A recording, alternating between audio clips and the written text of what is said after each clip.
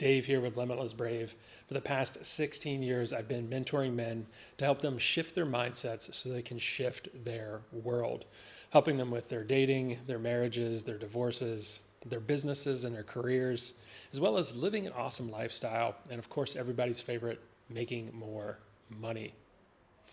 I'm in Bucharest, Romania right now, and I've got a series of workshops running, everything from dating to shadow work, and a few introductory workshops that new guys are experiencing who've come to work with me. And today's topic is men not receiving love, or men feeling like they're incapable of receiving love.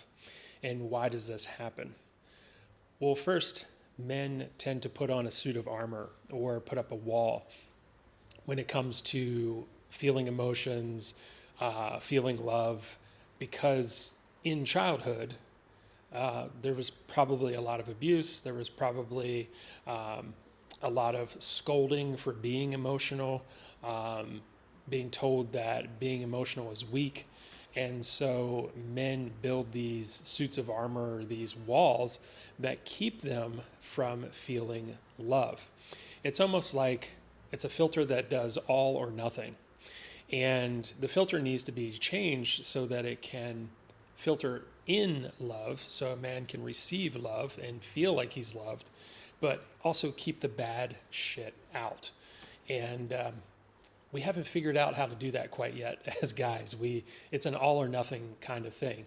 But with the work that I do and kind of the way I train guys, we learn how to receive love and keep all the bad shit out and process our emotions from past traumas, childhood, stuff like that, to just be bigger, better, bolder versions of ourselves.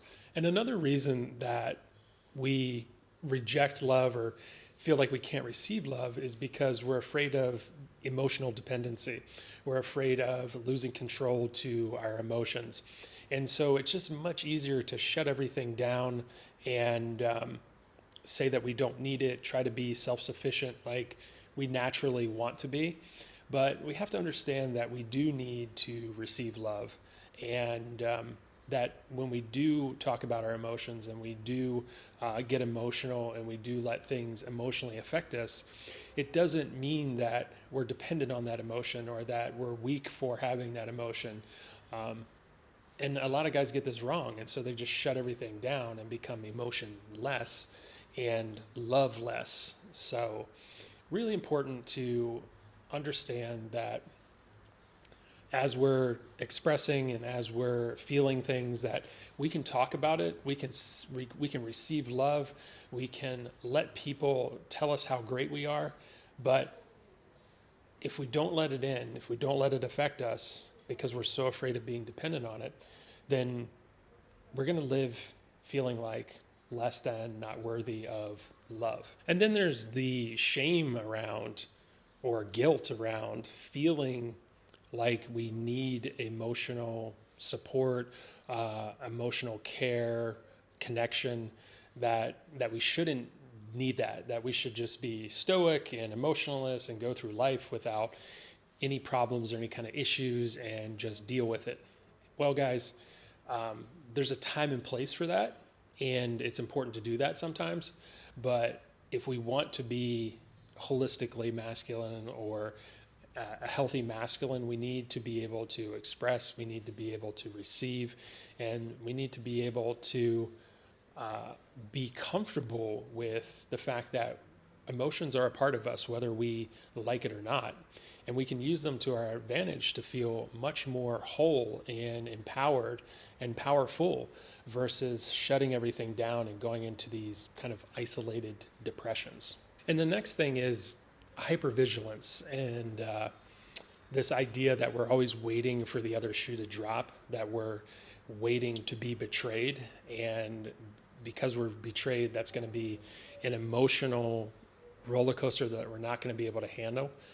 As guys, we're so afraid of our emotions because it's not like a domain that we are comfortable with at all. We don't know what they are, but we do feel them deeply, where women are in their emotions all the time. And so that's kind of their domain. They're comfortable with it. Just like we're comfortable roughhousing around, being physical, being challenged physical. Women, not so much, right?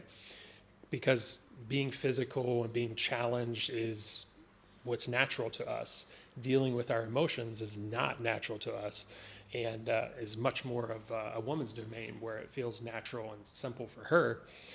Not so much for us guys. We really dropped the ball with this. But with a little basic training, you can really start to identify your emotions and kind of track how you're feeling and the way they make you feel with the right training. And I've worked with women who can't even identify the appropriate emotions that they're feeling. Emotions can be very tricky to deal with, to identify, and ultimately let go of and be free of, if they're affecting you negatively. So just because a woman might be comfortable in the emotional domain doesn't necessarily mean that she's good at identifying her emotions. And us as guys, we're terrible at identifying our emotions. But I have a whole process that I can help you do all that. It makes you feel much more empowered, much more in control, much more like you know what's going on. For us as guys, the last thing we want is to not know what's going on. And I think that's part of the protector in us, part of the provider in us, and part of that internal strength that we like to have, that sensation of feeling powerful. So yeah, just really, really important to understand how to identify these things so that you have that control over the experience, instead of the experience of being emotional overwhelming you and shutting you down. And when we shut down, that's also a protection mechanism, because we're now creating emotional distance from that person or thing that hurt us. And it's how we protect ourselves. It's how we feel safe. Okay, if I'm away from that thing, then I don't have to deal with these emotions that I don't know what to do with, and that make me feel weird and make me feel less powerful and less of a man, so to speak. At least that's what we're thinking. But once we learn how to manage all that, again, it's much easier to deal with. And then we have emotional intelligence, or alexithymia, which is the inability to have a vocabulary or a way of expressing our emotions the way we feel. Everything that I was just talking about, those are kind of the terms that I guess the world of psychology uses when it comes to a person's inability to express emotions and what they feel, and having a vocabulary to describe what they feel. And that's something I give you guys. We have a vocabulary, and it's really, really awesome, because that thing that you're feeling that you don't know what it is, now you can assign a word to it, and that word gives you the power.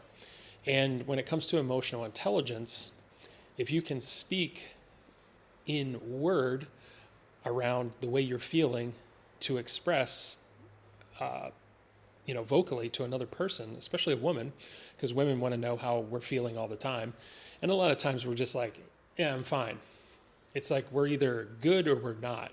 And that's the way we manage our emotions. But if we go a step below we're good or we're not as guys, now we can get into the world of emotions, and we can say to our girlfriend or our wife, oh, I feel sad, or I feel uneasy, or I feel anxious, or I feel nervous, those types of things, or I'm feeling a little down or a little depressed.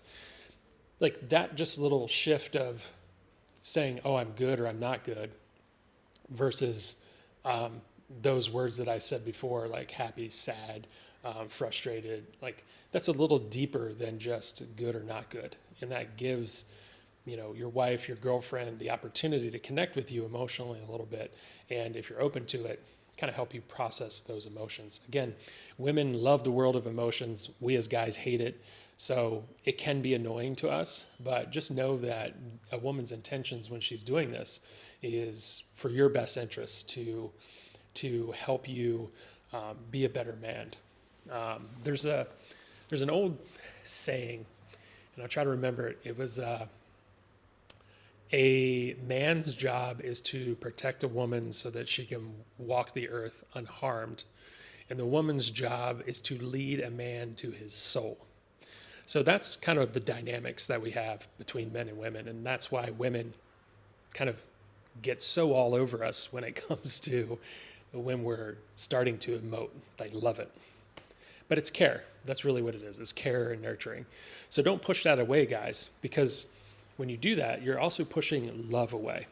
You're also pushing companionship and connection and all that emotional goodness that you're actually craving, but you think you shouldn't because it's weak or you're going to get addicted to it or something like that. That's not the case, guys.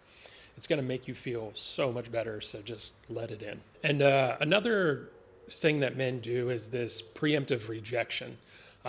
We're going to push you away. We're going to keep you at bay. We're not going to let you get close to us. So therefore, you can't hurt us. You can't love us. You can't see our emotions. You can't feel our emotions. We're just going to keep it all over there in the corner so that, ultimately we feel safe. But by doing that, we isolate ourselves. We isolate in a very negative way. And while men enjoy isolation, it helps us think, it helps us process, it helps us get through a lot of the shit that we deal with as men.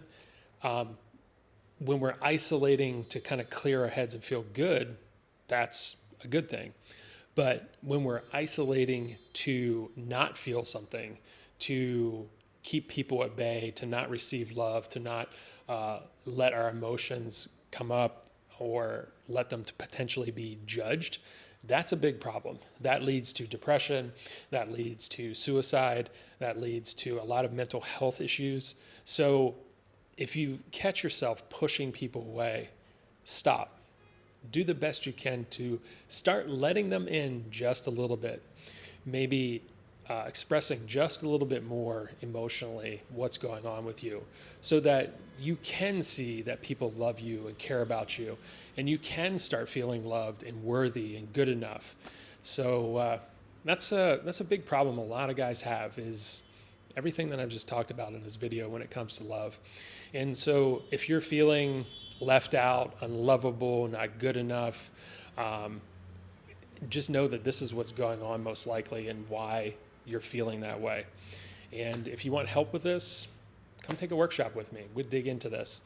And there's something awesome about a group of men getting together and discussing in a masculine, holistic way, not in this like feminist, hippy dippy shit way that so much of personal growth kind of world does.